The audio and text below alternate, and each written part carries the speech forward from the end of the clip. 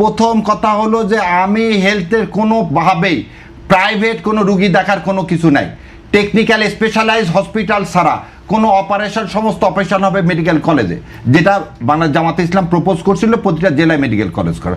গণতন্ত্রকে তিনি হত্যা করলেন, অর্থাৎ একজন গণতান্ত্রিক আন্দোলনের নেতা, এবং আমার জানা মতে সারা পৃথিবীতে এই রকম জনপ্রিয়তা খুব কম লোক পেয়েছে। ভোট ও ভাতের অধিকার, এই যে তিনি আজকে বোধহয় বলছেন যে সাংবাদিকদের বিশেষ করে বলছেন, তার মানেটা কি? আমরা নির্ভয়ে একটা পরিবেশ চাই, মত প্রকাশ আবেদন করছি যাদের আত্মত্যাগে আমাদের স্বাধীন বাংলাদেশ 1971 সালের স্বাধীনতা অর্জনের যুদ্ধ থেকে শুরু করে 2024 সালে দেশ এবং জনগণের স্বাধীনতা রক্ষায় আর যুদ্ধসহ দেশের ইতিহাসে এযাবৎকাল গণতন্ত্র প্রতিষ্ঠার আন্দোলনের সকল শহীদদের প্রতি আমি গভীর শ্রদ্ধা জ্ঞাপন করছি। আসলে এখানে নতুনত্ব কিছু নাই, এটা কিন্তু একেবারে রুটিন এবং গদ বাঁধা কথা। তবে এর মধ্যে নতুন যে বিষয়টা আছে সেটা হচ্ছে 71 মুক্তিযোদ্ধাদের শহীদদের সাধারণত আমরা স্মৃতিসৌধে গেলে শুধু তাদেরকেই তখন স্মরণ করি, কিন্তু মানে মুক্তিযুদ্ধের পর দীর্ঘ সময়ে যে গণতান্ত্রিক আন্দোলন হয়েছে, এই গণতান্ত্রিক আন্দোলনে যে মানে যারা শহীদ হয়েছে, যারা নিহত হয়েছে, তাদের ব্যাপারটা কিন্তু ওই সময় আমরা সাধারণত স্মরণ করি না। তো এইটা কিন্তু একটা ভালো দিক যে আমাদের প্রধানমন্ত্রী, নবনিযুক্ত প্রধানমন্ত্রী, তিনি কিন্তু মানে শহীদ মিনারে যেয়ে তার প্রধানমন্ত্রিত্বের মেয়াদের শুরুতেই তিনি একই সঙ্গে 71-এর শহীদ এবং তারপরে 24-এর শহীদ, মাঝখানে বলছেন যে গণতান্ত্রিক আন্দোলনের 24-এর শহীদ এবং গণতান্ত্রিক আন্দোলনের সমস্ত শহীদদের প্রতি তিনি শ্রদ্ধা জানিয়েছেন। তো এইটা আমি মনে করি এটা একটা সিগনিফিকেন্ট। তো এই হচ্ছে ঘটনা, এর বাইরে আর কিছু আমি দেখি না। শাহরিয়ার কবির, আপনি কি বলবেন? ধন্যবাদ আপনাকে, আপনার মাধ্যমে আপনার টিভি সমস্ত দর্শকদেরকে সালাম এবং শুভেচ্ছা। বাংলাদেশ প্রতিদিনের মাল্টিমিডিয়া প্ল্যাটফর্মে আপনাদের শুভেচ্ছা এবং আপনাদেরকে আসসালামু আলাইকুম ওয়া রাহমাতুল্লাহি ওয়া বারাকাতুহু। আপনার এটাতে ইভেন্চুয়ালি সবাই দেখবেন, তো সেই কারণে এটা সালাম দেওয়ার একটা সুযোগ হয়ে গেল। মাননীয় প্রধানমন্ত্রী হিসাবে উনি যেটা লিখেছেন, আপনি যেটা কোট আনকোট করলেন, আমার কাছে কিন্তু এটা খুব ম্যাচিউর মনে হয়। এই কারণে ম্যাচিউর বলতেছি, এই দীর্ঘ 17 বছর পর উনি দেশে আসলেন, ইলেকশন হলো, আজকেই প্রথম মানে কালকে শপথ নেওয়ার পর আজকে প্রথম উনি স্মৃতিসৌধে গেলেন, এবং যেটা ভাই বললেন, স্মৃতিসৌধ জেনারেলি 71-কেই খালি স্মরণ করে করা হয়। উনি এখানে আমার কাছে মনে হলো ডক্টর মিলন থেকে শুরু করে মানে 90-এর গণ অভ্যুত্থান, তারপর থেকে 2001 থেকে লগি বৈঠা থেকে শুরু করে কাউকে উনি বাদ দিলেন না। তার মানে এই কথাটা একটা সিগনিফিকেন্ট আছে। সিগনিফিকেন্ট কি, আজকে দেশ এই জায়গায় এসছে, আমরা যে জুলাই সনদ এবং আজকে যে দ্বিতীয় বিপ্লবের কথা বলছি, সেটা একদিনে আসেনি, এবং উনি ওই জিনিসটাকেই ধারণ করে নিয়েই বলতেছেন বলে আমার মনে হয়েছে যে 71 থেকে যে জার্নি শুরু আজাদির, সেটা এখনও পরিপূর্ণ পায়নি। 24 থেকে আজকের এই নির্বাচনের মাধ্যমে আমাদের পথ চলাটা শুরু। সুতরাং আমি এটাকে সাধুবাদ জানাই, এবং তার এই কথাটাকে খালি সাধুবাদ না, তার একটা ম্যাচুরিটি, একটা দেশের প্রধানমন্ত্রী হিসাবে এতদিন উনি বেগম খালেদা জিয়ার সন্তান ছিলেন, আর আজ থেকে উনি যাই লিখবেন, মানে গতকাল থেকে যাই লিখবেন, উনি বাংলাদেশের প্রধানমন্ত্রী হিসাবে সব কিছুকে অ্যাড্রেস করা হবে। তো আমরা সমালোচনা করলেও কিন্তু ওনাকে আরেকটা জিনিস বলি, এতদিন উনি ছিলেন বাংলাদেশ জাতীয়তাবাদী দলের নেতা, যখন প্রধানমন্ত্রী হয়ে গেছেন উনি কিন্তু এই বাংলাদেশের 16 কোটি জনগণের নেতা। কারণ প্রধানমন্ত্রী ডিনোটস যে he is the leading the country, so তার প্রতিটা স্টেটমেন্টই হচ্ছে বাংলাদেশের স্টেটমেন্ট। সো সেই কারণে তার প্রতিটা জিনিস আর ওই বিএনপি কেন্দ্রিক খালি দেখার আর কোনো সুযোগ নাই।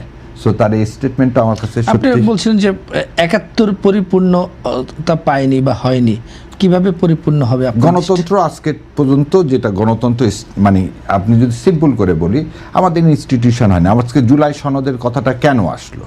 জুলাই সনদের কথাটা এই কারণে আসলো, আমি একটা জিনিস আপনাকে একটু শোনাতে চাই। না, আমি একটু আপনার কাছে জানতে চাই যে আর কি 71 পরিপূর্ণতা পায়নি, এর ব্যাখ্যাটা আপনি। 71 পরিপূর্ণতা কিভাবে পরিপূর্ণ হবে? পরিপূর্ণ হবে এই জুলাই সনদ বাস্তবায়নের মধ্যে দিয়ে। এটা আপনি এক কথায় যদি আমাকে জিজ্ঞাসা করেন যে 71 থেকে যে জার্নি শুরু, সে জার্নি আজও গণতন্ত্র, Rome was not built in a day, সেরকম 71 আমাদের স্বাধীনতা হয়েছে, আমরা একটা পতাকা পাইছি, সেখান থেকে আজকে স্বাধীন সার্বভৌম একটা দেশে যেভাবে ইনস্টিটিউশন তৈরি হওয়া উচিত, যেভাবে জুলাই সনদের যেগুলো আছে মানুষের ভোট ও ভাতের অধিকার, এই যে তিনি আজকে বোধহয় বলছেন যে সাংবাদিকদের বিশেষ করে বলছেন, তার মানেটা কি?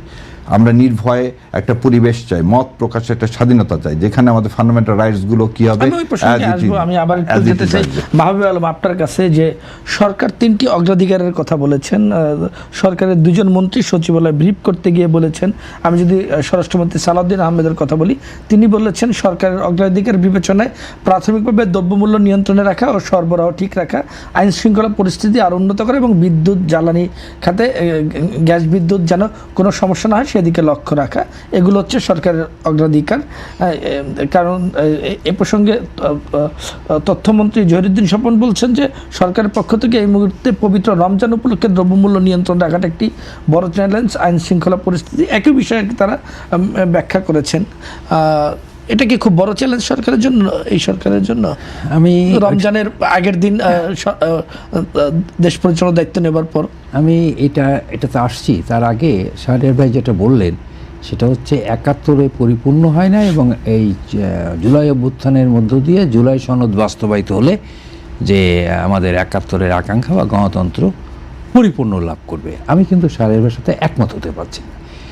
কারণ 71 যে আমরা 71টা আমাদের ছিনতাই হয়ে যায় কার্যত। কারণ আমরা সবাই জানি 71 আমাদের বাংলাদেশের মানুষ 71 মুক্তিযুদ্ধ করেছিল গণতন্ত্র প্রতিষ্ঠার জন্য, তার অর্থনৈতিক মুক্তির জন্যে। গণতন্ত্রও হয় নাই, অর্থনৈতিক মুক্তিও আসে নাই, এবং এই 24-এর অভ্যুত্থানের মধ্য দিয়ে একটা গণতন্ত্রের পথে যাত্রা শুরু করেছি। কাজেই যাত্রা শুরু থেকেই তো আমি বলতে পারি না যে আমার এটার মধ্য দিয়ে আমরা পরিপূর্ণ গণতন্ত্র লাভ করব। কারণ গণতন্ত্র যদি হয় 5 বছর পর পর একটা ভোট, তাহলে হতো পেলাম, কিন্তু গণতন্ত্র তো 5 বছর পর পর একটা ভোট না। এটা ভাত কাপড়ের ব্যাপার, এটা গরিব মানুষের ব্যাপার, এটা শ্রমিকের ব্যাপার, কৃষকের ব্যাপার।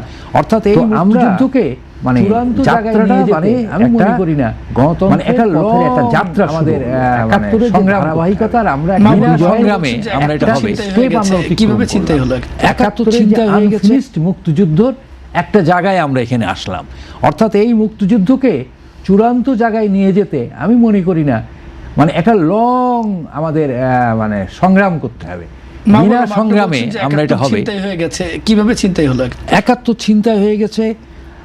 আপনি নিশ্চয়ই জানেন এবং আমাদের দেশবাসী জানে 71-এর যে আমাদের যে মুক্তিযুদ্ধের যে মৌলিক বিষয় ছিল ভাত কাপড় এবং বৈষম্য বিরুদ্ধে আন্দোলন। পশ্চিম পাকিস্তান আমাদের উপরে বৈষম্য করত বলে তার বিরুদ্ধে ছিল আন্দোলন।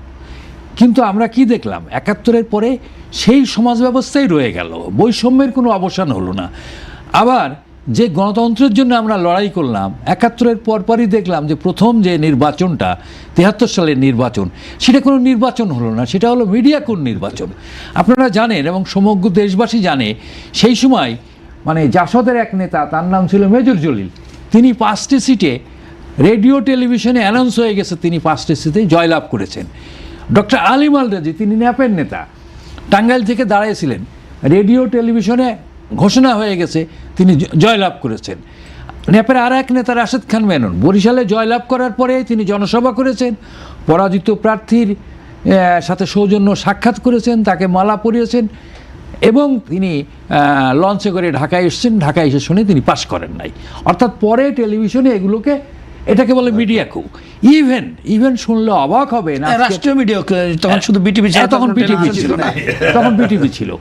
এবং শুনলে অবাক হবে না আজকের প্রজন্ম শুনলে যে খন্দকার মোস্তাক তার যে কেন্দ্রে তিনি হেলিকপ্টার দিয়ে নিয়ে আসেন, তিনি নিশ্চিতভাবে পরাজিত হবেন সেখানে।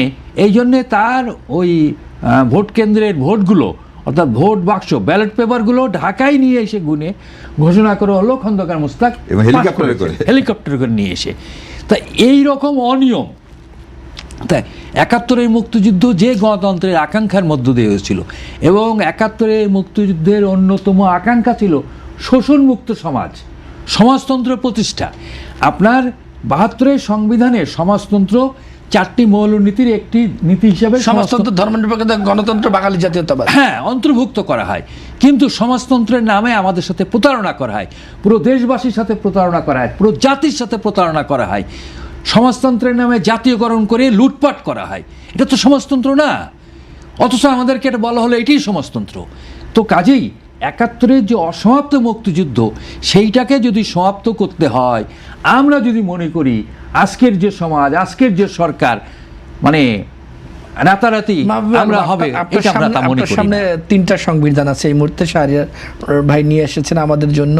3টা সংবিধানের সর্বশেষ যে সংবিধানের সংস্করণ যদি বলি, সেই সংবিধানে তো 71-এর যে আপনি 72-এর যে সংবিধানের কথা বলেন, বাঙালি জাতীয়তাবাদ, সমাজতন্ত্র, গণতন্ত্র, ধর্মনিরপেক্ষতা, এখন তো শুধু গণতন্ত্র বাদে আর কিছুই নেই। কি বলবেন? আপনার হ্যাঁ, বিষয়টা হচ্ছে যে আমাদের যে 72-এর সংবিধানের যে মৌলনীতি, জাতীয়তাবাদ তো নাই। কারণ কোন জাতীয়তাবাদ? ওইখানে জাতীয়তাবাদ বলতে মিন করা হয়েছিল বাঙালি জাতীয়তাবাদ মূলত। কিন্তু এই বাঙালি অঞ্চলে 43টা ভাষাভাষী মানুষের বসবাস আছে।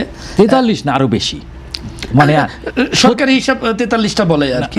এটা সরকারি হিসাবে হচ্ছে, এটা হচ্ছে খুবই বাজে হিসাব। কারণ বিভিন্ন গবেষণায় প্রকাশ্যে এসছে আমাদের এখানে 80টার উপরে জাতিগোষ্ঠীর বসবাস আছে। তাদের আচ্ছা, আমি যদি বিতর্ক বা তর্কের খাতিরে ধরে নিচ্ছি 80টা, হ্যাঁ, কিন্তু আপনি 72-এর যে সংবিধান, যেটি আপনি বলতেছেন যে যেখানে ছিনতাই হয়ে গেছে, 71 যেটি বলতেছেন, সেই সংবিধানের সাথে 24-এর সংবিধান কি এক হয়? 24-এ তো নতুন কোনো সংবিধান তৈরি এই হয় নাই। সংবিধানটি এখন না, এটা হচ্ছে 5th অ্যামেন্ডমেন্টের পরে, এটা তো আমাদের নতুন সংবিধান আসেনি তো এখন। 24-এ তো কোনো যেটি আসবে আর কি আপনার সামনে 24-এ তো এখন। কোনো নতুন সংবিধান তৈরি হয় যেখানে না। অনেকগুলো সংস্কার কথা বলা হয়েছে, সংস্কারগুলো যদি হয় তাহলে তো আপনার ওই 72-এর সংবিধান আর থাকছে না। নিশ্চয়ই থাকছে। 72-এর সংবিধানের সংশোধনী আসবে। কারণ আপনি যদি মনে করেন যে এই সংশোধনী আসলে 72-এর সংবিধান থাকলো না, তাহলে 5ম সংশোধনের পরও তো বলা যায় 72-এর সংবিধান থাকলো না। 4র্থ সংশোধনের পরে তো আমরা বলতে পারি 72-এর সংবিধান থাকলো না, আমার প্রশ্নটা বিষয়টা হচ্ছে যে আপনি যে 71-এর কথা বলছেন, যে 4 মূলনীতি, সেটি যদি সমাজতন্ত্র, ধর্মনিরপেক্ষতা এবং জাতীয়তাবাদ, এই 3টি যদি উঠে যায়, সেক্ষেত্রে কি 71-এর মৌলিক সংবিধান কি থাকছে কিনা? 71-এর মূল চেতনা অনুযায়ী 71-এর সংবিধানের মৌলিক যে চেতনা, স্পিডটা তো আগেই শেষ হয়ে গেছে, অনেক আগে। এটা নতুন করে না। যেমন সমাজতন্ত্রের বিষয়টা, এটা নাম আপনার একটা অক্ষর লিখে রাখলে 71-এর সংবিধানের সমতার কথা আছে, কোনো সমতা হয়েছে? কাজে 71-এর সংবিধানের যে মৌলিক যে বিষয়গুলো, কোনো কিছুই বাস্তবায়িত হয় না। আমি একটু শাহরিয়ার কবির আপনার বিশ্লেষণ শুনতে চাই এর সঙ্গে। আমি ভাইয়ের সাথে একমত। প্রথমে একটা এই জিনিস অ্যাড করি, সংগ্রামের শুরু, সংগ্রামের কোনো শেষ হয় না। সংগ্রামের শুরু আছে, শেষ নেই। সংগ্রাম জীবনের শেষ দিন পর্যন্ত চলবে। আর ভাইয়ের কিছু কথার সাথে আমি আবারও একমত বলছি। আমার ক্ষুদ্র জ্ঞান, ওই জন্য হয়তো এক্সপ্লেনটা করতে হয় না। আমি বলছি যে জুলাই সনদের মাধ্যমে একটা নতুন পদযাত্রা আমাদের শুরু হবে ইনশাল্লাহ। এখন ভাই যেটা বললেন সেখানে একটা জিনিস বলি, এই যে 73 সালে ইলেকশনের কথা বললেন, তো তার আগে একটা জিনিস বলি। এটা হচ্ছে 75 সালের সংবিধান। 4th অ্যামেন্ডমেন্ট করে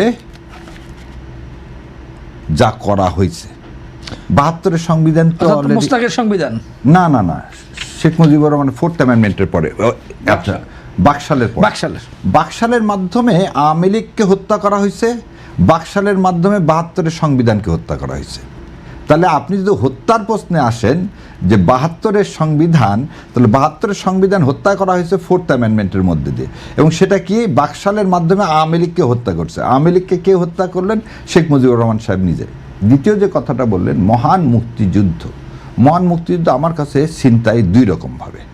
একটা চিন্তা হচ্ছে, দেখেন ডিসপ্যারিটি, বা যেটা ভাই বলতেছে, পশ্চিম পাকিস্তান এবং পূর্ব পাকিস্তান মিলে একটা পাকিস্তান, এবং এইভাবে কোনো জাতি রাষ্ট্র গঠন করার কোনো ইতিহাস আমি পলিটিক্যাল সায়েন্সের ছাত্র হিসাবে আমার মনে হয় যে ওই প্রথম দিনে একটা যোগ করা হয়েছে আমাদের সাথে। এটা হচ্ছে প্রথম দিনে এই জাতির সাথে যোগ করা হয়েছে। কেন এই কথাটা বললাম আপনারা জানেন কিনা, 1946 সালে কিন্তু স্বাধীন বাংলা আন্দোলন তৈরি করছিলেন কিন্তু হোসেন শহীদ সোহরাওয়ার্দী ভাই, ভালো জানেন। এবং ক্যাবিনেট মিশন প্ল্যানেও কিন্তু ছিল আমরা একটা গ অঞ্চল হব, এই বাংলা ভাষাভাষী আসাম বাংলা সব নিয়ে। অবিভক্ত বাংলা, অবিভক্ত বাংলা, অবিভক্ত এবং সেটাই আমরা চেয়েছিলাম। এবং সেটা শোনার পরে কিন্তু জিন্না সাহেব তার পাকিস্তানের ছিঁড়ে ফেলে দিয়েছিলেন। আমরা হব স্টেটস, মানে হচ্ছে আমেরিকার যেরকম স্টেটস করছে সেরকম আমরা 3টা অঞ্চল মিলে। আজকের আলোচনায় ফিরি। না এটা আপনি যেহেতু বলছেন যে 71-এর, সেখানে বলতেছি আপনি যেভাবে সৃষ্টি করা হলো ভাই, আপনাকে বিকলঙ্গ করে সৃষ্টি করা হয়েছে 47 সালে। এবং বিকলঙ্গভাবে যখন করা হয়, আমরা প্রতিবন্ধী এটা না বলতে বলি স্পেশাল চাইল্ড, আমরা একটা স্পেশাল চাইল্ড হয়ে 47 সালে সৃষ্টি হয়েছি। এবং সেই স্পেশাল চাইল্ডটা কি কোনো স্পেশাল চাইল্ড না, স্পেশাল চাইল্ড হলে তাকে মোর টেক কেয়ার করতে হয়। সেই মোর টেক কেয়ারটা না করে আপনি তাকে করলেন কি, আরও ফেলে রাখলেন, অবহেলিত করে রাখলেন। আপনি দেখেন আমাদের সমাজে অনেক বাচ্চা যারা স্পেশাল চাইল্ড, বাবা মা তাদের দিকে যে সেটা ভালো করে, তার খাবার তার টেবিলে 2টা ডিম থাকে, আর যে স্পেশাল চাইল্ড তার টেবিলে অন্যভাবে নিন। এটা বাস্তবতা, সব জায়গায় সব ফ্যামিলিতে হয় তা না, একটা উদাহরণ হিসেবে নিচ্ছি। আমাদেরকেও কিন্তু সে বিমাতা সুলভ আচরণ করা হয়েছে। আজকে মুক্তিযুদ্ধের কথা যখন আমরা বলি, তখন এই জিনিসগুলো কিন্তু আমাদেরকে একবার চিন্তা করতে হবে। যে জাতিটার সৃষ্টি হচ্ছে একটা বৈষম্যর মধ্যে দিয়ে, একটা অলেক একটা মিথ, যেটাকে প্লেটো বলছিলেন ইউটোপিয়া, সেই ইউটোপিয়ার মধ্যে দিয়ে সেখানে আমাদের বিচ্ছিন্নতা, এটা অবশ্য ভাববে। আমরা বরং 25 বছর ছিলাম এটাই, কিন্তু সে বিচ্ছিন্নতা আমরা কিভাবে হলাম, আমরা আমাদের শক্তিতে হতে পারলাম, আমরা আবার নিজের পায়ে দাঁড়াতে পারলাম কি পারলাম। আমি একটু আজকের সরকারের বয়ানের দিকে আবার ফিরতে চাই। সেটি হচ্ছে সরকার যে প্রথম দিন তারা 3টি অগ্রাধিকারকে প্রায়োরিটি দিয়েছে, হ্যাঁ, সেটাকে আপনি কিভাবে বিশ্লেষণ করেন? আমার কথা হচ্ছে, প্রথম জিনিস হচ্ছে দেখেন, সরকারের জন্য একটা লিটমাস টেস্ট হচ্ছে এই রমাদান। উনি ওই জন্য বলছেন কি, দেখেন যে সেহেরি, ইফতারি এবং তারাবির সময় যেন কারেন্ট না যায়, কারণ কারেন্টটা আমার পর্যাপ্ত নাই, এটা আপনাকে মনে রাখতে হবে। দ্বিতীয় আরেকটা জিনিস রাখতে হবে, টাকা নাই ভাই। আমি সবসময় বলছি, যে সরকারই এবারে আসুক, সেই সরকারের জন্যে যতখানি খুশি নিয়ে আসছে না, এই কয়েকদিন, 1 সপ্তাহ 1 মাস যাক, ওনারা টের পাবেন যে কত প্রকার কি। কারণ আপনি কোত্থেকে এগুলো করবেন, টাকা তো নাই ভাই। রিমিটেন্স ছাড়া এবং গার্মেন্টসের যে অবস্থা, আপনি এটা দিয়ে সবাই আমরা খুব করলাম। আমাদের সর্ববৃহৎ বাজার হচ্ছে ইউরোপে, আমেরিকা থেকে তুলা নিয়ে এসে নিলে আমি আমেরিকায় দিব। ইউরোপালারা যদি আবার আমাকে বলে যে অমুক জায়গা থেকে তুলা নিয়ে আসতে হবে, তার মানে সরকারের সামনে প্রথম চ্যালেঞ্জটা হচ্ছে টু মিটিগেট এক্সপেন্সটাকে কি কমাতে হবে, এবং সমস্ত জায়গায় তাকে সংস্কার করতে হবে। যেমন আপনি প্রথম দিন থেকেই দেখেন, নিয়োগ থেকে শুরু করে, পুলিশ থেকে শুরু করে, পৃথিবীর কোনো রাষ্ট্র পুলিশ ছাড়া চলে না। তাহলে এই যে প্রায়োরিটিগুলো তাকে দিতে হবে। ওই যে প্রথমে 100 ডক্টর জাহেদ বলছে, আমি জানি না 100 ডেজের কোনো প্ল্যান আমরা পাইনি, আমরা এখনো পাইনি, দিবে। আর উনি বলছেন ওনার আছে, আমরা কোনো পেপার পত্রিকায় পাইনি। সো প্রায়োরিটাইজ করে ওনারা বলেছেন যে খুব দ্রুত শীঘ্রই হচ্ছে, খুবই ভালো কথা, আলহামদুলিল্লাহ। এটা হতে পারে যে হয়তো জাতির উদ্দেশ্যে যে আজকে রাত 9:30টায় ভাষণ দিবেন, সেখানেও দিতে পারেন। সো এই 180 দিনের প্ল্যানে তারা কি অগ্রাধিকার দিচ্ছে। এবং আর একটা জিনিস যেটা হলো, গতকালকের যে ব্লান্ডার, তারা যে জুলাই সনদের যে শপথটা নিলেন না, এই ব্লান্ডারের পরে তারা দেশটাকে আবার, যেখানে সবাই মিলে দেশ গড়ার কথা ছিল, এই ব্লান্ডারের পরে কতখানি সবাই মিলে এক জায়গায় নিয়ে সামনে এগোতে পারবো আমি জানি না। আমি সেজন্য আমি অপটিমিস্টিক হতে চাই। এবং নতুন সরকার প্রথম একটু দৃষ্টি আকর্ষণ করি, জুলাই সনদের কার্যক্রম স্থগিত চেয়ে একজন আইনজীবী আজকে রিট করেছেন। সেখানে নিশ্চয়ই বলা, ইউনুস আলী আকন্দ সুপ্রিম কোর্টের আইনজীবী, তিনি এই রিটটি করেছেন। সেখানে তিনি বলেছেন যে জুলাই সনদের বৈধতা চ্যালেঞ্জ করে তিনি জনস্বার্থে রিটটি করেছেন, এবং এটি সংবিধানের সঙ্গে কেন সাংঘর্ষিক ঘোষণা হবে না, এই মর্মে রুল চাওয়া হয়েছে। রুল নিষ্পত্তি না হওয়া পর্যন্ত জুলাই সনদ 2025-এর কার্যক্রম স্থগিত চাওয়া হয়েছে। আপনাকে একটু বলে দিই, ইউনুস আলী আকন্দ সাহেব প্রথমে এই যে ইলেকশন হচ্ছে, এই ইলেকশন বন্ধ চাই রিট করছিলেন, সেই রিট আউটরাইট খারিজ হয়ে গেছে। সো একই জিনিসে আর একটা রিট হয় না, যেহেতু তিনি এই ইলেকশনের পূর্বেই এই ইলেকশন বাতিল চেয়ে এই একই রকম রিট করছেন, সেজন্য রেড জুডিকেটায় বার হয়ে এই রিটটাও চলবে না। আপনাকে এই উত্তরটা দিলাম। দ্বিতীয় কথা হলো, যদি উনি বলে যে না ভোট, এই ভোটই লিখে ধরে নেন আপনার কথা অনুযায়ী কোর্ট রুল দেয়, তাহলে পুরা ভোটটাকেই দিতে হবে। আপনি খালি গণভোট বলবেন হয়নি, আর পার্লামেন্ট ফর্ম অফ গভর্নমেন্টের 2টা ভোটই তো হয়েছে ইউনুস সরকারের সাথে। তাহলে আপনি ইউনুস সরকারের অধীনে যা কিছু হয়েছে সব অবৈধ করবেন না বৈধ করবেন, এই জায়গায় থাকতে হবে। যদি সব অবৈধ হয় সব অবৈধ, সব বৈধ হলে সব বৈধ, এই জায়গাতে কোনো রকম ভাগ করার কোনো সুযোগ নাই, এবং ভাগ করলে, জাতি ভাগ করলে বেনিফিট আমি আপনি না, আমরাই সাফার করবো। এই যে ভাই যেটা বললো জার্নি শুরু হয়েছে, এই জার্নিটাকে, এবং আমার কাছে সবসময় আমি মনে রাখি যে রাস্তায় নামার সময় না, বহুবার রাস্তায় নামা। মাহবুব আলম, আপনি এই রিটকে কীভাবে দেখেন? আমি মনে করি এইটা হচ্ছে একটা সস্তা জনপ্রিয়তার জন্য, অথবা এর পিছনে একটি গভীর ষড়যন্ত্র থাকতে পারে, দূরদর্শী থাকতে পারে। তবে আমার প্রাথমিকভাবে ধারণা, কারণ এই ভদ্রলোক আগেও রিট করেছে, তো এইরকম রিট করার একটা প্রবণতা আছে যে সংবাদপত্রে, বিশেষ করে দৈনিক পত্রিকায় নামধাম আসে, তো এটা সস্তা জনপ্রিয়তার থেকে। তবে এটা খুব বিপজ্জনক, এই ধরনের ব্যাপারগুলো রাষ্ট্রীয় বিষয় নিয়ে, সাংবিধানিক বিষয় নিয়ে, মানে রাজনীতিকে কোর্টের বারান্দায় বারবার কেন নিয়ে যাবে? এটা তো রাজনীতিকে আওয়ামী লীগের সময় নিয়ে গেছে। হ্যাঁ, এই যে কোর্টে হাজির করা, এই প্রবণতাগুলো বন্ধ করতে হবে। তাছাড়া যে স্যার ঠিকই বললেন যে তাহলে তো সব কিছুই অবৈধ হয়ে যাবে, আজকের এই মানে সংসদ সব কিছু, যেটা আমরা একটা নবযাত্রা শুরু হয়েছে গণতন্ত্রের, এই নবযাত্রাকে বাধাগ্রস্ত করার জন্যে এটা এক ধরনের মানে হটকারিতা, এটা পাগলামি। এই ধরনের পাগলামি যাতে না হয় এটা আমাদেরকে খেয়াল রাখতে হবে। যে তারেক রহমানের সামনে স্টেটসম্যান হওয়ার সুযোগ এসেছে, এইটা তো ধরেন সুযোগ তো আমাদের এখানে স্টেটসম্যান হওয়ার সুযোগ তো অনেকের সামনে এসেছিল। সবচেয়ে বড় সুযোগ যিনি পেয়েছিলেন তিনি হলেন শেখ মুজিবুর রহমান। এই প্রসঙ্গে জাতীয় অধ্যাপক আব্দুর রাজ্জাকের একটি কথা আছে, তিনি তার একটি লেখায় লিখেছিলেন যে ইতিহাসে শেখ সাহেবের স্টুডেন্টস হইবার একটা সুযোগ দিছিল, তিনি এইটা কামে লাগাইবার পারলেন না।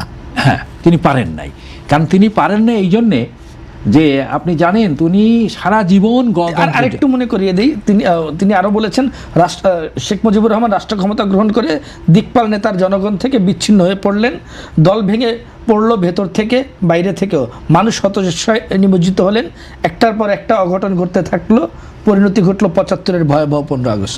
একমত আমি, কারণ শেখ মুজিবুর রহমান তার সারা জীবন লড়াই করেছেন গণতন্ত্রের জন্যে।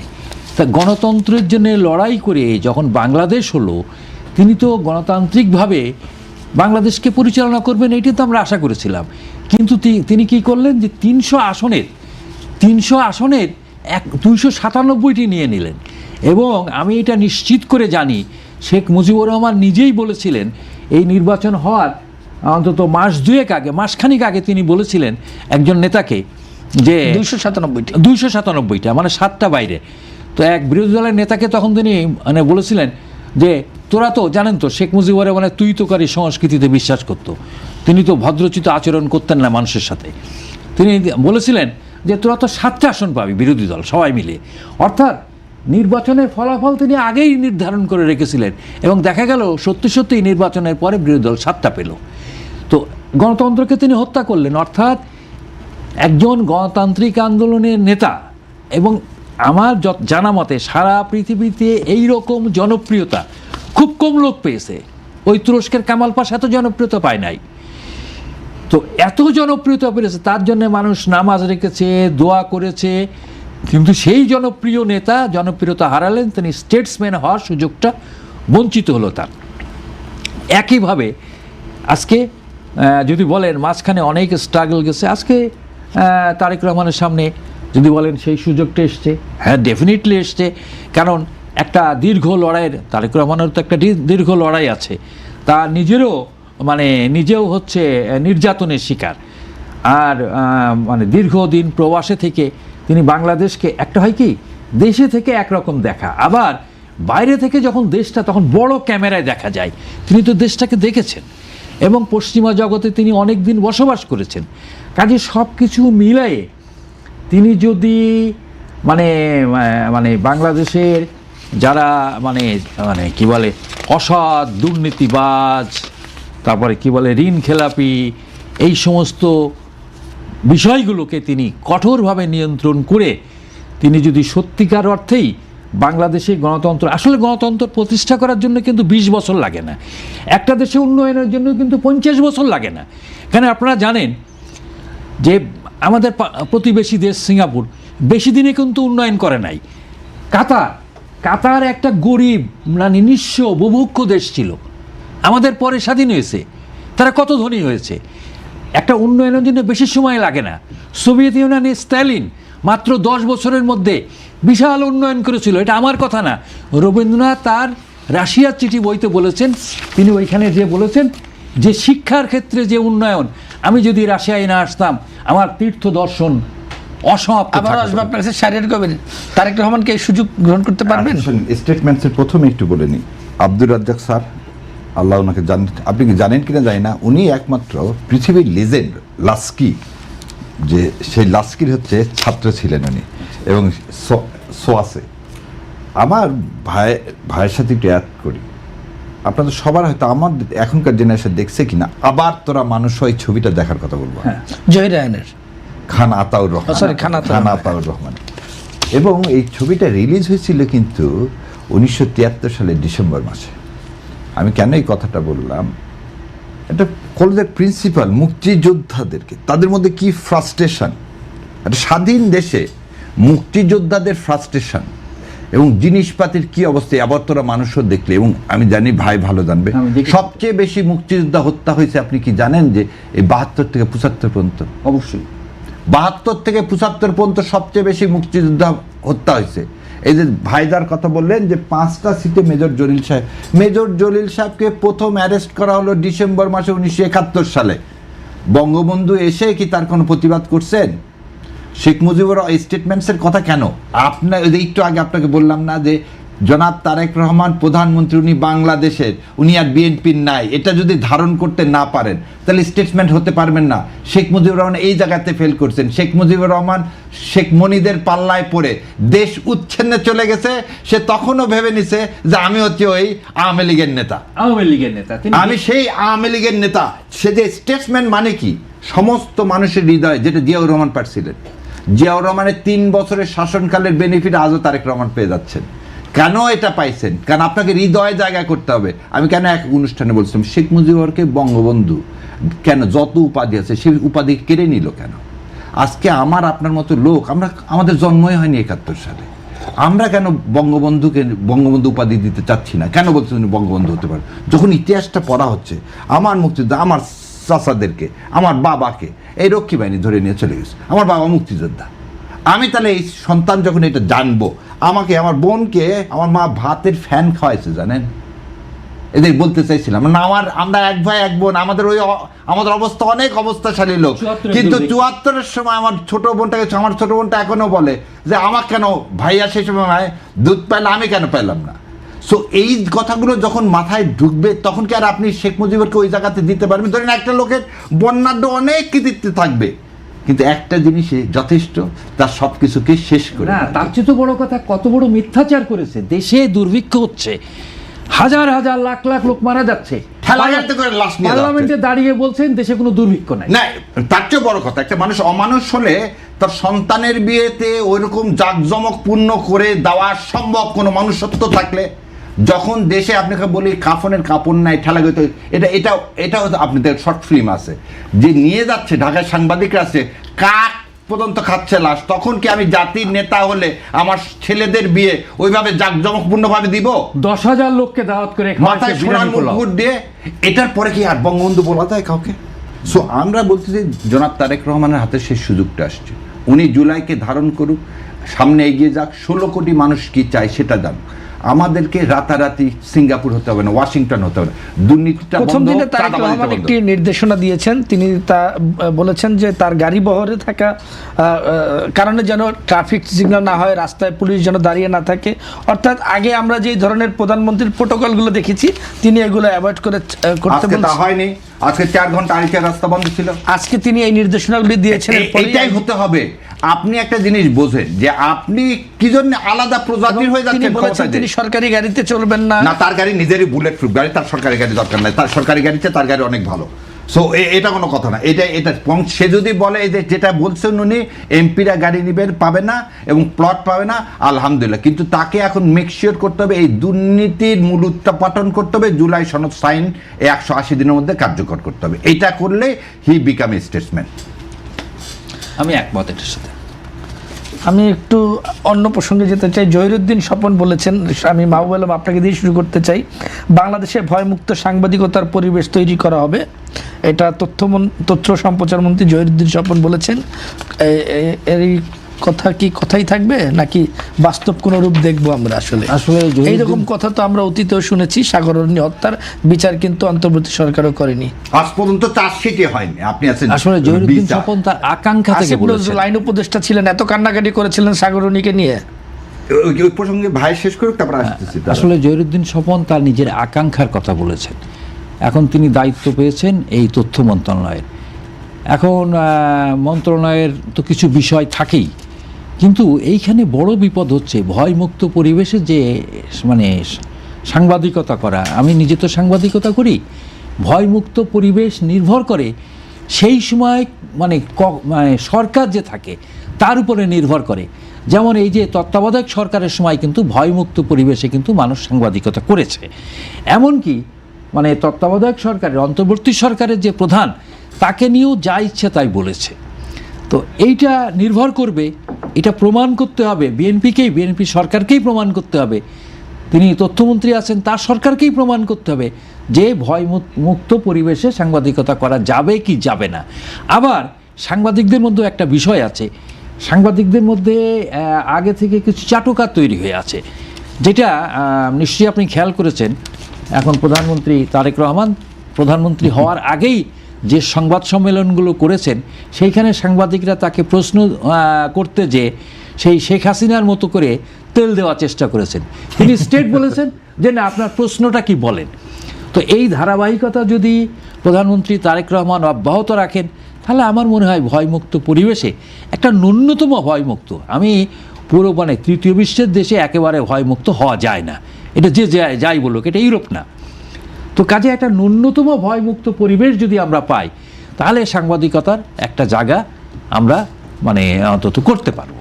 তিনি জহিরুদ্দিন স্বপন আরেকটি বলেছেন যে প্রধানমন্ত্রী কিছু পরিকল্পনা গণমাধ্যমের স্বাধীনতা দেওয়ার জন্য এবং করেছেন, এবং সেটি যদি হলে একটি ভয়মুক্ত তার মানে তারেক রহমানেরও একটি পরিকল্পনা আছে যে গণমাধ্যমের স্বাধীনতা নিয়ে। তবে গণমাধ্যমের স্বাধীনতা তো নির্ভর করে কার স্বাধীনতা, সাংবাদিকের স্বাধীনতা না সংবাদপত্র মালিকের স্বাধীনতা? এখানে কিন্তু অনেকগুলো প্রশ্ন আছে। আসলে গণমাধ্যমের স্বাধীনতা, সংবাদপত্রের স্বাধীনতা নিশ্চিত করতে হলে সাংবাদিকদের আর্থিক অবস্থার নিশ্চয়তা দিতে হবে, তার বেতনের নিশ্চয়তা দিতে হবে। কারণ আপনি জানেন, পুরো দেশবাসীই জানে যে আমাদের এখানে যে ওয়েস্ট বোর্ডটা আছে, এই ওয়েস্ট বোর্ডটা অধিকাংশ সংবাদপত্র এই ওয়েস্ট বোর্ডটা মানে না, এবং বিপুল সংখ্যক সংবাদপত্র প্রতারণা করে তারা মানে এর সাথে আবার সাংবাদিক নেতারাও যুক্ত থাকে, তারা প্রতারণা করে। যার ফলে যেটা হয়েছে যে সাংবাদিকরা মানে এমন একটা অবস্থা, এমনও সাংবাদিক আছে আয়া বুয়ার চাইতেও কম বেতন পায় সংবাদপত্রে। তাহলে ওদের দিয়ে তো সাংবাদিকতা হবে না। সাংবাদিকদের আর্থিক অবস্থার উন্নয়ন করার জন্য আমি মনে করি যে মানে নতুন তথ্যমন্ত্রী যে তিনি যদি ওয়েস্ট বোর্ডের ব্যাপারটা নজর দেন এবং এটা বাস্তবায়নের উপরে জোর দেন, তাহলেই সংবাদপত্র স্বাধীনভাবে গড়ে উঠবে। এবং এখানে মালিকদের স্বাধীনতা না সংবাদপত্রের স্বাধীনতা নাকি সাংবাদিকদের স্বাধীনতা, এখানে একটা বড় বিষয় আছে, এটা আলাপ আলোচনার বিষয় আছে। তৃতীয় বিশ্বের দেশে মালিকরা এক ধরনের স্বাধীনতা ভোগ করে, সাংবাদিকরা এক ধরনের স্বাধীনতা ভোগ করে। তো এই বিষয়গুলো আমার মনে হয় আলোচনার বিষয়, এটা রাতারাতি এর সমাধান কিন্তু রাতারাতি নাই। দেখেন, জহিরুদ্দিন স্বপন ভাইকে আমি চিনি বহু আগে থেকে। উনি ছাত্রমৈত্রীর সভাপতি ছিলেন, উনি যখন সভাপতি ছিলেন তখন নুরুল ইসলাম বকুল ছিলেন সাধারণ সম্পাদক, এবং স্বপন ভাই লেফটিস্ট ঘরানার থেকে ছাত্রমৈত্রী থেকে এসছেন, এবং মুস্তাফিজুর রহমান সাহেবের হাত ধরে কিন্তু ওনার বিএনপিতে আসা। সো আমি যেটা দেখছি, উনি ছাত্র বয়সে ঢাকা ইউনিভার্সিটিতে আজকে যারা সাংবাদিক আছেন তাদের সবার সম্পর্কে কম বেশি জানেন। এবং ভাই যেটা বললেন ওয়েস্ট বোর্ডে আজ পর্যন্ত কিন্তু সবাই কিন্তু মুখে মুখে আপনার স্বাধীনতা চাচ্ছে, এই ওয়েস্ট বোর্ডের ইমপ্লিমেন্টেশনটা চাচ্ছে না কেউ তো এই ইমপ্লিমেন্টেশন আপনারা কি you are the mirror of the society. সাংবাদিকটা কি বলা হয়, মিরর অফ দ্য সোসাইটি। তা আপনি যে ভাই যেটা বললেন, এটা সত্যি তো দুঃখের কারণ। আমি কেন হাত কচলাতে কেন একজনের সামনে প্রশ্ন করব? হাত টক দেখে ছোটবেলায় উই ওয়াজ ইন্সপায়ার্ড যে জার্নালিজম হবে এরকম, জার্নালিজমটা হার্ড টকে কি? পৃথিবীর প্রেসিডেন্টকে পর্যন্ত আপনি নিয়ে এসে, মানে আমেরিকার প্রেসিডেন্টকে তো আপনি পৃথিবীর প্রেসিডেন্টই ভাবতেছেন, তাকে নিয়ে এসে ইউর ফেসিং সিনেটটা আগে কী ছিল আমেরিকার senate don't bother of anythings. So আপনি যদি অর্থনৈতিক স্বাধীনতা না দেন ভাই, পেট যদি ভাই ক্ষুধা থাকে, আপনি যদি রিটায়ারমেন্টের পরে, আমি জানি না আপনাদের আহসান হাবিবের ভাইরা, সে বিখ্যাত কবি, তার ভাইরা সবাই সাংবাদিক ছিল, তাদের কয়জন এখন খোঁজ রাখে? কয়জন সাংবাদিকের বাড়িতে এখনও চুলায় ভাত চলে কি না এটা কে দেখছে? আমাদের প্রেস ক্লাবে, আমরা কি এখন পর্যন্ত প্রেস ক্লাবে দেখছি যে কোনো ফান্ড আছে যে একজন সাংবাদিক অসুস্থ হয়ে গেলে তাকে বিদেশে পাঠানোর মতন? সো সাংবাদিকতা খালি মানিটা না, আপনার পেশার নিশ্চয়তা থাকতে হবে, তবেই আপনার উৎকর্ষ সাধন হবে। একটু স্বাস্থ্যমন্ত্রীর দিকে তাকাই, আমরা জানি যে বিগত সময় স্বাস্থ্যখাতের যে ভঙ্গুর পরিস্থিতি সেটি তো আমরা খুব ভালোভাবে দেখেছি কোভিডের সময়। স্বাস্থ্যমন্ত্রীও অনেকটা জোরে সরিয়ে বলেছেন যে স্বাস্থ্যখাতে কোনো দুর্নীতি থাকবে না। সর্দার মোহাম্মদ সাকত হোসেন তিনি বলেছেন, এই কথার কি কথা থাকবে নাকি? আসলে আমি মনে করি যে বৃক্ষ তোমার নাম কি ফলে পরিচয়। আসলে তিনি আমাদেরকে মানে মাত্র আসলেন, এই ধরনের বড় বড় কথা না বলে সিন্ডিকেটের প্রভাব পড়বে না, এটা কি তিনি এই ধরনের বড় বড় কথা না বলে তিনি কাজ করে দেখান। কারণ স্বাস্থ্যক্ষেত্র বাংলাদেশের সবচেয়ে, অনেকে তো বলে পুলিশ দুর্নীতিবাজ, আর এই পুলিশের চাইতে শতগুণ বেশি দুর্নীতি হয় স্বাস্থ্য খাতে। তিনি এটা বন্ধ করুক, তিনি বন্ধ করে আমাদের দেখাক। এবং আমি জানি বন্ধ করতে হলে এক সপ্তাহের বেশি লাগে না। সরকার বা মন্ত্রী যদি মনে করে, কিন্তু এই কথাই বললেন না ভাই যে যারা পাবলিক ডাক্তার আছে তারা প্রাইভেট প্র্যাকটিস করতে পারবে না। আপনি হাসপাতালের অপারেশনের সমস্ত ব্যবস্থা করব আগামী 1 বছরের মধ্যে, মানুষকে ক্লিনিকে যেতে হবে না। আপনি এই কথা কেন বলতেছেন না যে এটাকে ট্রাস্ট করা হবে, ওষুধ ছাড়া বিনামূল্যে আপনারা সবাই চিকিৎসা পাবেন? কোথায় প্রতিটা ফার্মাসিতে একজন করে ফার্মাসিস্ট নিয়োগ দেওয়া হবে। এই জিনিসটা আপনি যাচ্ছেন না, আপনি গোড়াতে না যে আপনি সিন্ডিকেটের কথা বলতেছেন কেন? 9টা 5টা পর্যন্ত আমি বসলাম অফিসে, একটা রুগীও দেখলাম না, লাভ কি হলো? আপনি যদি বলেন কেন প্রাইভেট, একটা আমাদের দেশের মতো গরিব দেশে আপনি ইউনিয়ন পর্যায়ে পর্যন্ত কেন আপনি ডাক্তার নিয়ে যাচ্ছেন না? ভাই সরি, আপনার কথা বলতে ইন্টারাপ্ট করলাম ভাই। ঠিক আছে, না আপনি সঠিক কথা বলেছেন। এই কথাগুলো কোথায় তার তো উনি সেই কথা না বলে উনি বলছেন দুর্নীতি দূর করবেন। আগে তো তিনি তো জানেন এবং সিন্ডিকেটের কোনো প্রভাব থাকবে না, তিনি তো বাংলাদেশের অবস্থা জানেন। তিনি যদি আজকে বলতেন, তিনি ডে 1-এ বলতেন যে সমস্ত চিকিৎসকদের ঢাকার বাইরে ঢাকার বাইরে পোস্টিং আছে, তারা ঢাকায় থেকে চিকিৎসা করতে পারবে না, তাদের ওইখানে থেকে করতে হবে, তাহলে বুঝতাম তিনি সদিচ্ছার পরিচয়। তাও না, সে হেলথ ট্যুরিজমের কথা। আপনি তো পদ্মার পারে একটা আলাদা হেলথ সিটি করতে পারেন। আপনাকে প্রথমে আমরা মানুষ বাইরে যাই কেন ভাই? আমরা তো উন্নত চিকিৎসার জন্য যাই না। আপনি একটা জিনিস বলেন তো, বাংলাদেশের 4টা বা 5টা নাম করা হসপিটাল, স্কোয়ার বলেন, ইউনাইটেড বলেন, আপনার এখানে আছে হচ্ছে এভার কেয়ার বলেন, এটা অ্যাফোর্ড করার ক্ষমতা কয়জনের আছে? আপনি জনাব আমাদের প্রাইম মিনিস্টার এত বছর থেকে NHS ট্রাস্ট দেখে এসছেন, ওনার জন্য তো এটা ইমপ্লিমেন্টেশন করা সবচেয়ে সোজা। আপনি ট্রাস্ট করে মানুষের দৌড় গড়ায় ভাই আপনি আপনার হেলথকে পৌঁছায় দেন। প্রথম কথা হলো যে আমি হেলথের কোনোভাবেই প্রাইভেট কোনো রুগী দেখার কোনো কিছু নাই। টেকনিক্যাল স্পেশালাইজ হসপিটাল ছাড়া কোনো অপারেশন, সমস্ত অপারেশন হবে মেডিকেল কলেজে, যেটা বাংলা জামাতে ইসলাম প্রপোজ করছিল প্রতিটা জেলায় মেডিকেল কলেজ করা। আপনার তা করার লাগবে। যতগুলো মেডিকেল কলেজ আছে আপনি জানেন, আমি অবাক হয়ে গেলাম, রাজশাহী মেডিকেল কলেজে যত অস্ত্রপাতি আছে তার 70% ইনস্ট্রুমেন্ট আনঅপারেটিভ থেকে নষ্ট হয়ে গেছে, জানেন? আনঅপারেটিভ থেকে। কারণ এই যে ডায়ালাইসিসের কথা বলা হয়, প্রতিটা মেডিকেল কলেজে ডায়ালাইসিস আছে, তাহলে আপনি ডায়ালাইসিস কেন ম্যান্ডেটরি করে দিলেন না যে না সমস্ত ডায়ালাইসিস, বাইরে কোনো ডায়ালাইসিস হবে না? আপনি এই কাজগুলো যখন আপনি করবেন তখনই না আমি বুঝবো। আপনি তো মূল জায়গাতে না দিয়ে আগা যতই কাটেন, গোড়ায় যদি পানি দেন গাছ বাঁচবে? আপনি কি যায় সিন্ডিকেট মানে কি? আপনি ওষুধ কেনা আর এগুলো বন্ধ করবেন কিভাবে? আপনি রুগী দেখা বাইরে বন্ধ করেন, আপনি হাসপাতালে চিকিৎসার ব্যবস্থা করেন 100%, তারপর দেখেন কোথায় সিন্ডিকেট থাকে? কোথায় সিন্ডিকেট থাকে? একটা প্যারাসিটামল 40 পয়সায় পাওয়া যায়, একটা প্যারাসিটামল 4 টাকায় পাওয়া যায়। আপনি ওষুধের মান নিয়ন্ত্রণ করেন। আপনি একটা বাংলাদেশ সারা পৃথিবীর কোনো দেশে বোধহয় অ্যান্টিবায়োটিক গেলেই চাইলেই পাওয়া যায়, এটা আর কোথাও আছে? না, দুনিয়ার কোথাও নাই। তাহলে আপনি একটা ফার্মাসিস্ট আজকে আপনি অ্যাপয়েন্টমেন্ট দেন, তাহলে তো চাকরিরও ব্যবস্থা হলো। একটা ফার্মাসির দোকানে একজন ফার্মাসির যদি থাকে, হি নোজ যে ড্রাগটা কিভাবে ইউজ করা যাবে, কোন ড্রাগ দেওয়া যাবে, কোন ড্রাগ দেওয়া যাবে না। আপনি তো ড্রাগের আমাদের মরফিন থেকে শুরু করে মানুষ এগুলোকে কি অ্যাবিউজ করেনি? ফেন্সিডিলের মতো কাশির স্ট্রিপ মানুষ অ্যাবিউজ করেনি? আপনি ওই গোড়ার কথাটাকে কোথায় বললেন বকুল সাহেব? আপনি হাসপাতালগুলোকে নিশ্চয়তা দেন, দিচ্ছেন না কেন? ট্রাস্ট করে মানুষের দৌড় গড়ায় নিয়ে যান। সো এই যে কথাগুলো, এগুলো ব্লাফ। এই নতুন সমাজ ব্যবস্থায় নতুন আমাদের ইয়াতে এই কথাগুলো চলবে, এটা চিরাচরিত আগের কথা। এটা শেখ হাসিনাও বলতো, শেখ হাসিনা সরকারে বলতো আমরা দুর্নীতি দূর করব।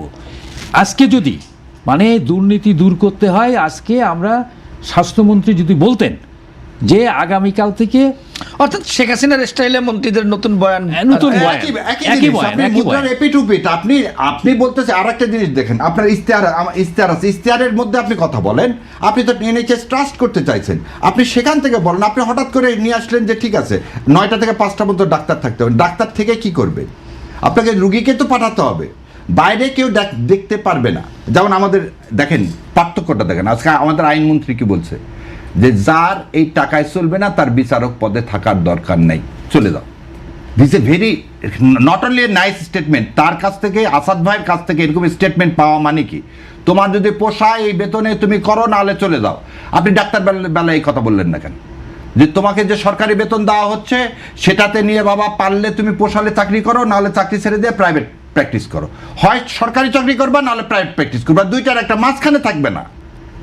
মাঝখানে থাকো না, তুমি দুইটাকে নিও না। এবং আমি একটা জিনিস বলি, আমি যদি প্রাইভেট প্র্যাকটিস করে বেশি টাকা পাই, আবার সরকারেরও, তাহলে আমি হাসপাতালে থাকবো?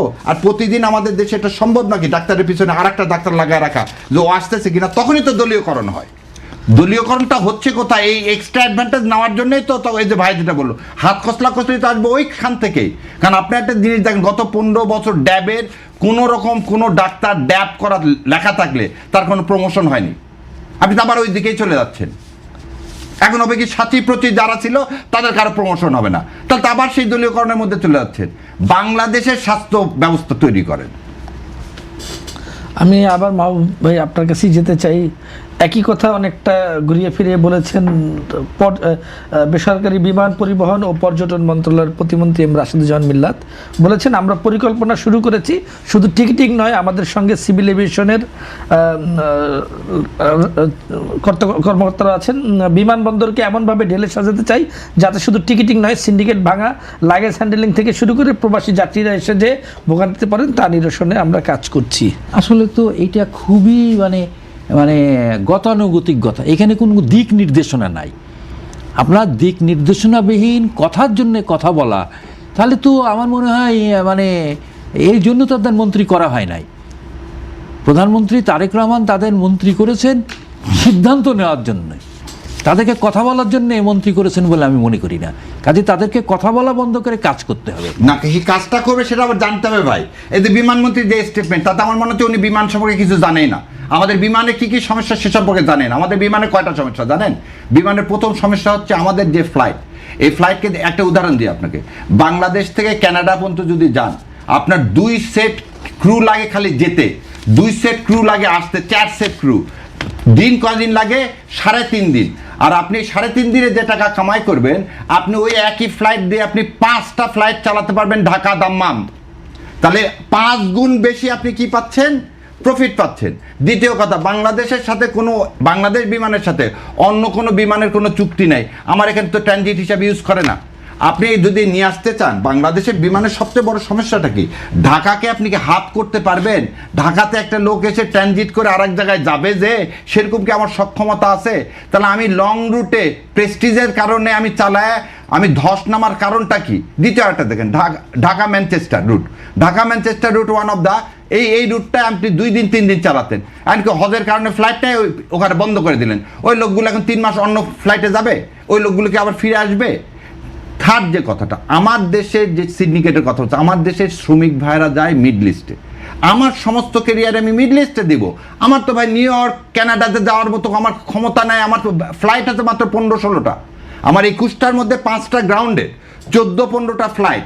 এই 14-15টা ফ্লাইট দেয় পৃথিবীর কোনো দেশে এরকম লং রুটে কোনো ফ্লাইট চালানো হয়। তারপর আর একটা জিনিস দেয়, ফ্লাইটের লংজিভিটি নির্ভর করে যতবার আপনি কি করবেন, টেক অফ করবেন, উঠবেন। একটা ফ্লাইট এখান থেকে সিলেট, সিলেট থেকে লন্ডন, মানে ওর হায়াত তো আপনি একদিনে অর্ধেক কমায় দিচ্ছেন। So আপনি বিমানমন্ত্রী হিসেবে তো আপনাকে এই জিনিসগুলো জানতে হবে। আপনি এই একটা দিক নির্দেশন দিলেন, এর মধ্যে আপনি বললেন গত 15 বছরে বিমানে যে দুর্নীতি হয়েছে তার জন্য আমি একটা কমিশন করে তদন্ত করব। আপনি বিমানের বোর্ডটাকে, বিমান তো একটা প্রাইভেট সংস্থা, আপনি দুইটা ভাগ করা হয়েছে, civil aviation area, ticketing system করবেন। ভালো কথা, টিকিটিং সিস্টেমটা কি? আমাদের দেশের অপারেশন করে 90% বিদেশি অপারেটররা। বিদেশি অপারেটররা একই ফ্লাইট, কলকাতা থেকে কম দাম, আমার এখানে বেশি দাম কেন হচ্ছে? আমার এখানে কেন হচ্ছে বেশি দাম? আমার এখানে ফ্লাইট আসতে গেলে কখনোই নিয়ম মেনে চলা হচ্ছে না। এবার একটু অর্থমন্ত্রীর দিকে যাই। নয়া অর্থমন্ত্রী বলেছেন যে রাষ্ট্রীয় প্রতিষ্ঠানগুলো একেবারে খারাপ অবস্থায়, এগুলো ঠিক করতে হবে, প্রতিষ্ঠানগুলোর মধ্যে স্বচ্ছতা ও দক্ষতা আনতে হবে। যা আগের ধারাবাহিকতাই আমার কাছে মনে হচ্ছে, নতুন কোনো বক্তব্য পাচ্ছি না। তিনি আরও বলেছেন বাংলাদেশের অর্থনীতি সব মানুষের জন্য হতে হবে, বাংলাদেশে সবার জন্য সমান সুযোগ থাকতে হবে, যাতে অর্থনীতি সুফল তাদের কাছে যায়।